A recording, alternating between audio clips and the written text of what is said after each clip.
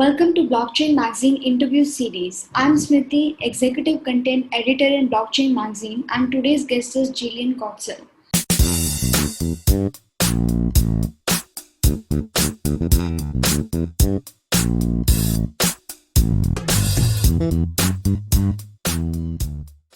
Jillian Godsil is founder of BlockLeaders, a journalist, broadcaster, and writer living and working in Ireland. She changed the law in 2014 to allow bankrupts to run for public office. Jillian, it is an absolute pleasure to have you here today. Thank you. I'm very honored to be here. I appreciate it.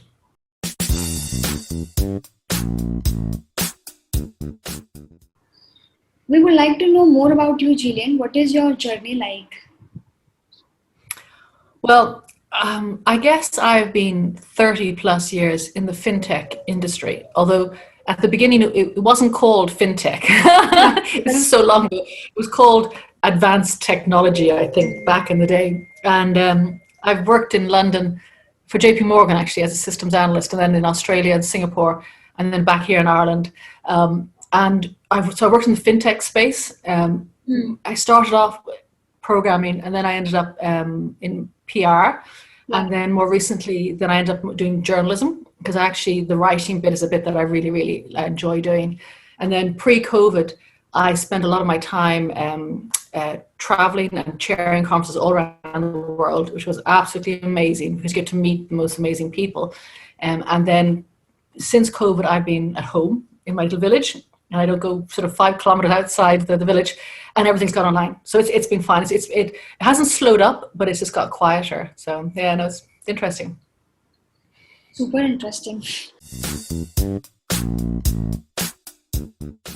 So please tell us what inspired you to pursue this career path?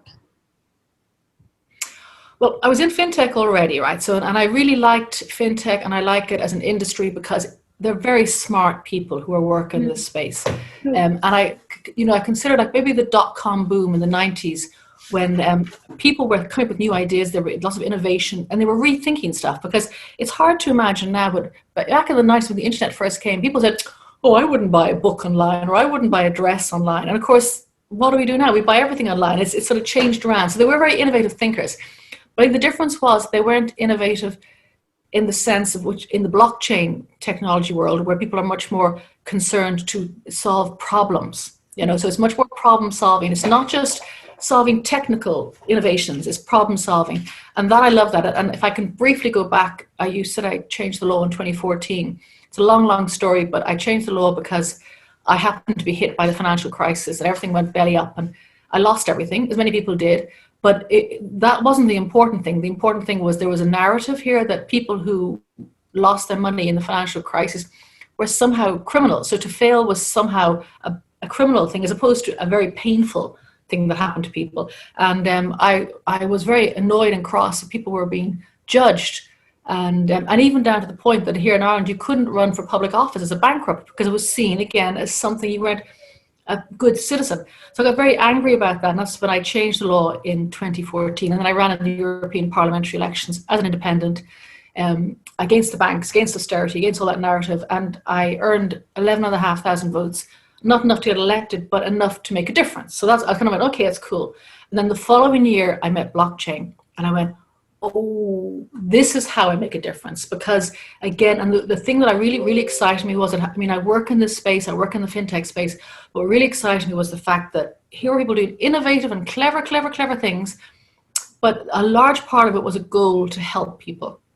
And that to me is huge. I've never seen in my many years on this planet, but I've never seen a movement that is based in both commerce, technology, but humanity. And that's really important, because it's great to be innovative, and it's great to do, to make planes fly and all these things and create drugs and all that. But to actually be part of a whole movement that actually wants to help people, that's very powerful. And that to me is what, having been through my own sort of personal horribleness, whatever, and then I met this community and I went, oh, I like this. I want to be part of this. And then also in that fact that I did all that traveling, what I really like is the fact that oftentimes people say, oh, cryptocurrencies and blockchain, they're Ponzi schemes, and it's the dark web, and it's drugs, and it's all that. And I think, because I look at me, I'm not scary. I'm a middle-aged, middle-class lady. I'm the opposite of scary. So I think it's very important that someone like me can speak about it and say, it's a fantastic technology. It's an enabler. It's going to help the planet, the world. And I'm not scary. I'm not selling drugs, I promise. No, That's but it the is. Yeah. So, but I think it's important for people of all ages, because not just, sometimes people think that, and that's why I advocate a lot for women. I'm so glad you're interviewing me. I advocate a lot for women to get into this space, because it's often seen as like a sausage fest, and it's all young guys, all very nerdy young guys, and that's wonderful. Don't get me wrong. And there, a lot of the brain power comes from those very nerdy people, boys and girls, obviously. But I also like to say, there's a space for everybody. There's a space for you. There's a space for me. There's a space for old farts and young brains and everybody. And it's and for women, I really want women to be in this section. Actually, can I tell you a very short story? please. I recently twigged why blockchain needs women. This is like, I used to joke, and I used to say, if the Lehman Brothers had been the Lehman Sisters, we mightn't have had the 2008 financial crash, right? But even better one, perhaps you'd be familiar with the story about the 6 wise blind men who wanted to find out what an elephant was. Yeah. When they were brought along, and the story goes, they were brought in the middle of the jungle, and they came across this elephant. They're wise blind men, and one guy says, "Oh, it's a wall," because he feels the body. Another guy says it's a spear because he feels the trunk, not the spear, the tusks. Sorry. And another guy feels the tail. I think it's a rope. Another guy thinks it's the ear, and it's a fat. Anyway, that is a fable or a story to explain perception. People with different perspectives. That's a very powerful story. Except if that had been the 6 blind wise women, they would have talked and they would have figured out it was an elephant. And I think sometimes that's why it's a really good example of men and women are different. But if you had women there, they'd have figured out in jig time that it was an elephant. Now they would have said, yes, it's like a wall, it's like a rope, it's like a fan, but we know it's the parts all come together. And I think that's why blockchain needs women, and that's why I talk about it. That is so inspiring and motivating.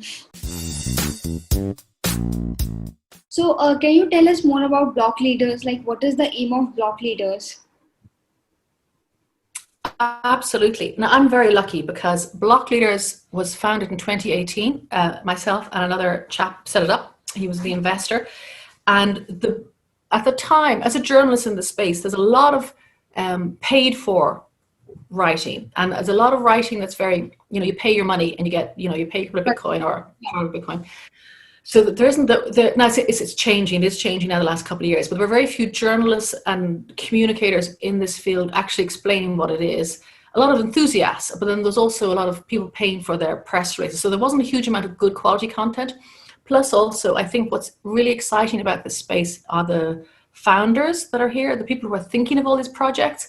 So we set up this BlockLeaders to primarily focus on people who were involved in the space to understand what make them tick. So the articles and the research now this is the basis of the BlockLeaders. And as a result, it's been an amazing experience for me to be there interviewing people constantly who are absolutely amazing. And that's our base. And we run other news too as well. We have other stuff. It's not a news site. It's more of a data site, an interview site. So there's this constant content going through it. But at its core is the interviews with these founders.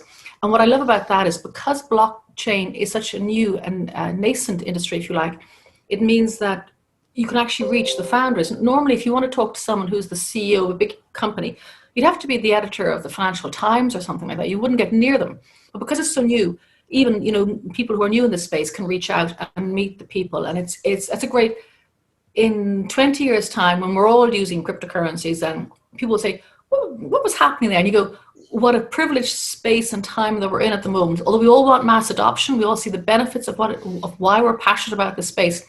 We're also in a very privileged position where we're still a little center, and everybody knows everybody. It's like an Irish village or something like that. It's all very cozy, and that won't last for long, which is right. And I'm very happy that it won't last for long. But it's a great privilege to be part of the movement and in the early days. Got it. So, would you like to throw some light on any interesting project you have been doing these days? Yes, actually, it's a couple. I'm going to say the first one is my book. Oh, Persons of interest. So there's 41 interviews in here of leaders in the space, people like John McAfee, Andreas Antonopoulos, Jordan Lyle, there's Richard Ells, Stephen Rust, who else there? There's a lot of really interesting people in this space, and I'm very proud of it. But what I'm doing is I'm converting the whole book into an NFT, non-fungible token, on the Near platform.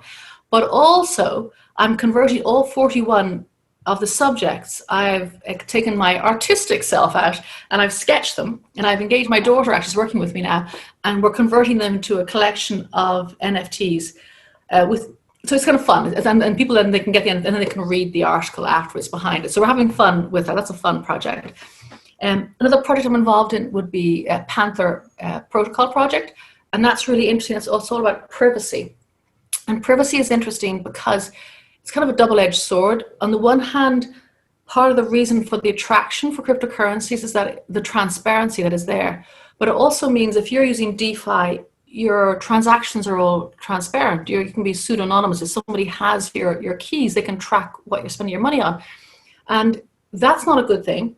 And sometimes in this day and age, with the rise of like the tech giants and social media and stuff, people say, oh, I nothing to hide, nothing to hide. I don't mind people know about, which at the face of it sounds quite reasonable, but actually it's the whole wrong. The cornerstone of democracy is privacy. And at the very center of democracy is the vote, your ability to vote, and for it to be secret. Because if the government knows which way you vote, it can influence their actions, and you can be penalized or rewarded as a result. So privacy is so important. And in this case, with the Panther protocol, it's looking at transactional privacy. And in time, it's starting off with financial, but in time it could be everything, data, because privacy is not a bad thing. It's an important part of society. And yes, we need to share certain things. Like if I go to my doctor, I need to share with him or her my conditions and my files and whatever things, and that's right. But I don't need to share that with my neighbor or the postman. So we have to rethink. We've been conditioned to think that we should. I mean, I know when I'm online and they say, do you accept all the cookies? I'm going, yeah, accept, because I want to read something. So we are leeching our data out, and we've got kind of used to it, but that didn't used to happen. That wasn't online. It didn't used to happen, and it's wrong, and it's wrong for it to happen whole scale. There needs to be, and people have an ability. So privacy is a huge issue, which we're only coming into terms with. And ironically, as I say, the social media has opened the doors, and the surveillance, people can do all that. Blockchain technology is also an enabler in terms of transparency. But the next part of it, again, is to say, right, we need to use the same technology we have to create this is also to mask what is necessary in our private lives. So that's interesting. And then another project is Sonic Capital. You may have heard of Stephen Rust, who's the ex-CEO of Bitcoin.com with Roger Ver. And he has set up his project. He's based out of Hong Kong, but it's all about sustainable energy. And at the core, it's a combination of technology, blockchain, and sustainability. And what I love about this project is that he says, save the planet. We want to save the planet, right? And earn money. And it takes the emphasis away as a move, because people think, to save the planet is going to cost money. There's going to be a cost involved. In actual fact, there's things you can turn around and make them into a positive. So don't see it as, and even we know now with impact investing, people want to invest in projects that are not going to kill the planet, so there's lots of opportunities, and we have to rethink. It's like, we have to rethink.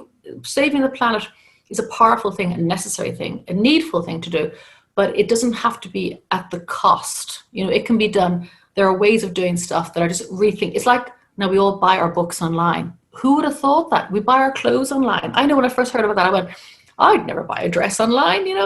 People do it the whole time. It's a different way of thinking. So the same way, and that's why the Sonic Capital is so interesting, is looking at opportunities and saying, right, how do we save the planet and make it into a positive? Because do you know what? People are going to be much more inclined to save the planet if it's a good thing than if they think, I'm going to, it's going to cost me a fortune and I can't do this and I can't do that. But if you can actually say, let's do stuff here, I think that's much more exciting.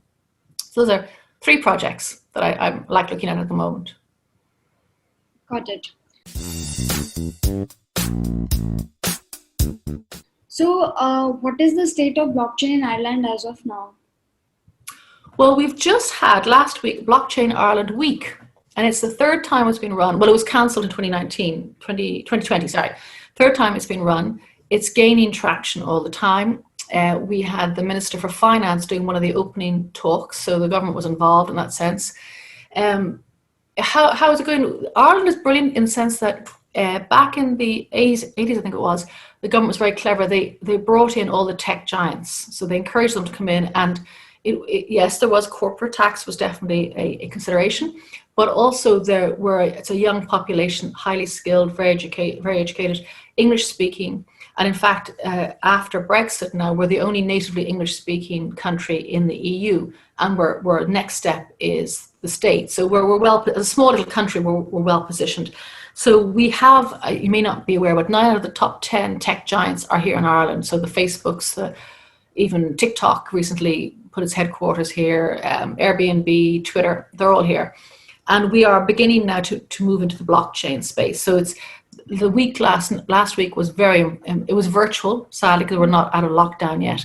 But it points to the fact that there's a lot more being spoken about, and it's starting again. It's starting to get more mainstream because things like NFTs are breaking down that barrier. People are talking; they're not really quite sure what NFTs are really, except they kind of grasp it somehow. And but it's become a conversation. Your granny might ask you about the Beeple sale in Christie's for $69 million. So it's becoming the conversation. So yes, in Ireland, as in most places, we're starting to bring it more mainstream.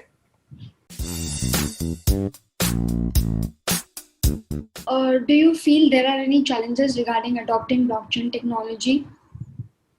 Yes. The big ones, I think, are lack of education. When people slag off blockchain, they tend to say, oh, it's a Ponzi scheme or a dark web.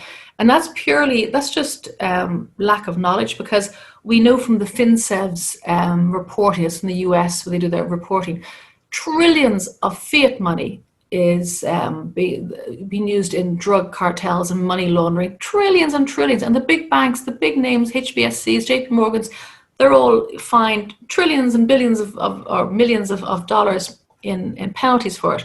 So by comparison, whatever nefarious activities happening in cryptocurrencies is much less. So there's a thing about education. And then secondly, there's a thing about just cryptocurrencies. People say, oh, they're worth nothing.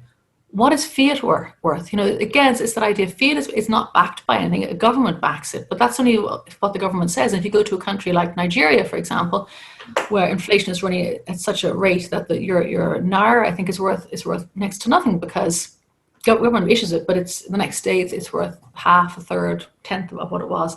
So it's the biggest impediment is educational knowledge, because cryptocurrencies, they're not funny money. It's maths. I think it's maths. It's facts. We need more facts and less polemic. So what are your views on NFT arts? Love it. I think it's fascinating. Again, if you think about it, up until recently, everything that was digital and online, they're all copies. Yeah. So if I sent you a copy, they're all copies. And now all of a sudden you actually have original. So no more than I can send you my book, it's original. I can send you something that is actually an NFT, which is an original digital asset. And I think that's huge. That makes a big difference. So, and it's not just art, it'll be music, it'll be tickets, it'll be certificates, it will be anything that is online that is shared. You can actually now share a bona fide, unique digital asset of some kind. So it's game changing. What role BlockLeaders play in blockchain industry? Like, how is it bringing a change in the society? What I'd like to think what we're doing is interviewing and highlighting and talking to some of the most amazing people in this space. And it is a privilege, I have to say, when I interview people who have created these projects that do amazing things, I'm like going, wow. So as a journalist, there's the fourth estate. Actually, it's interesting because there's the legislature, the executive, the judiciary, and then the media. But so I'm part of the media, so I think it's important that I play my role in educating and bringing forward these people and talking about it in a sane way. I'm not doing hyperbole or anything, just like very sane, matter-of-fact stuff. But also, there's now talking about the fifth estate, which is the non-traditional media, i.e. the internet, everybody else. So it's kind of over on everybody to talk about it. So I think that's what BlockLeaders is doing, is highlighting really interesting people that are doing amazing startups and projects every day. And I'm very happy to be doing that. That's amazing. It's really inspiring to meet women like you and tell your story to our viewers. It was great having you, Jillian, here, and we hope you have a great day ahead. Thank you for being with us. Thank you for accepting our invitation for the interview. It was great Oh, having I think it's a great privilege to be here. I thank you for your time. It's wonderful to see young women coming up and doing these interviews. As I say, the world needs more women in positions of authority, education, control, everything, because it's a better world that way when we have more equal representation. you. We are on the same boat. I'm with you. Brilliant. Thank you indeed for your time.